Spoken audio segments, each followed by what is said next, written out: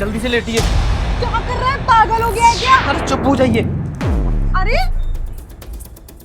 पागल हो गया है क्या? क्या कर रहा है ये? अरे मैम साहब 2 मिनट रुक जाइए, अभी आपको सब कुछ बताता हूँ। क्या हो रहा है ये? अरे कमीने, तू मेरे पत्नी के बिस्तरों में, और तुम्हें शर्म नहीं आ रही इसके साथ? अरे मुझे सच में नहीं पता ये सब क्या हो रहा है। मैं तो यहाँ बैठ के फोन देख रही थी, अचानक से आया, इसने मुझे धक्का दे दिया, ऊपर से कंबल ओढ़ लिया। मैं तो इससे यही कह रही थी कि हट जाए यहाँ से। क्या बदतमीजी है ये, इतने में आप आ गए।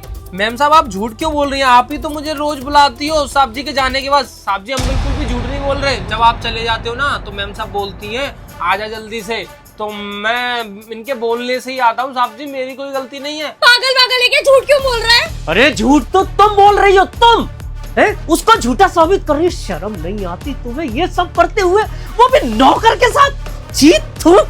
अरे कहीं बाहर चक्कर होता तो मैं ये सोच लेता कि चलो किसी बाहर वाले के साथ तुम्हारा चक्कर चल रहा है, पर एक नौकर के साथ ये पहले भी बजाता, इसको समझा लो। पर एक नौकर के साथ ये अच्छा हुआ कि तुम्हारा इससे चक्कर चल गया। कम से कम अब मैं सुकून में तो हूँ कि तुम्हें तलाक देने में मुझे कोई दिक्कत नहीं होगी, और मैं अपनी मर्जी से फिर अपनी गर्लफ्रेंड के साथ शादी करूंगा।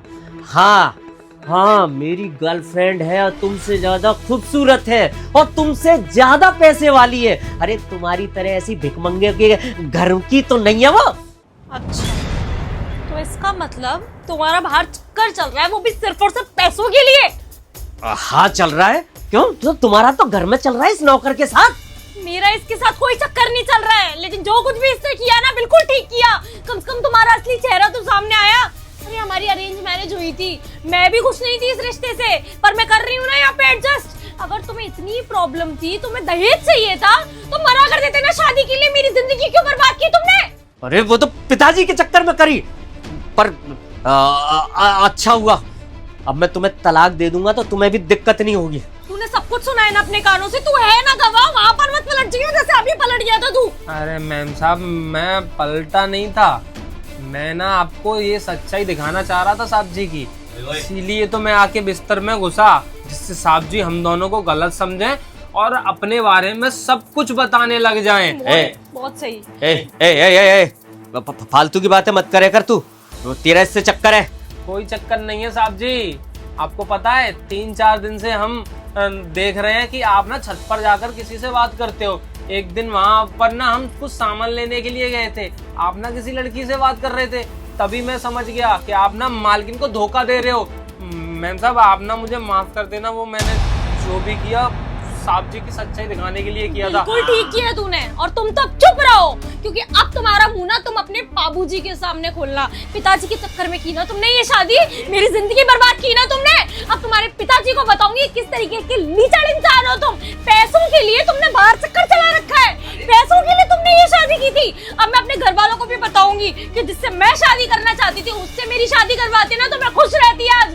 भले ही इतना बड़ा घर नहीं होता, पर कम से कम बाहर तो मुंह नहीं मारता वो पैसों के लिए, क्योंकि वो मुझसे प्यार करता है। तुम्हारी तरह नहीं पैसों के लिए पागल हो। अरे एक मिनट शांत हो जाओ।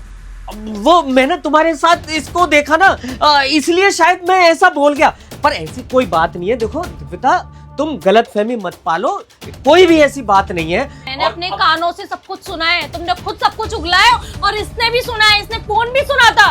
ये गवाही देगा, मैं गवाही दूंगी, तुम्हें कोर्ट तक खिंचवाऊंगी। तुम ना अब अपने पिताजी के सामने और मेरे पिताजी के सामने बात करना, अभी की अभी ना यहाँ से अपने मायके जा रही हूँ मैं। देखो दीपिका मेरी बात सुनो।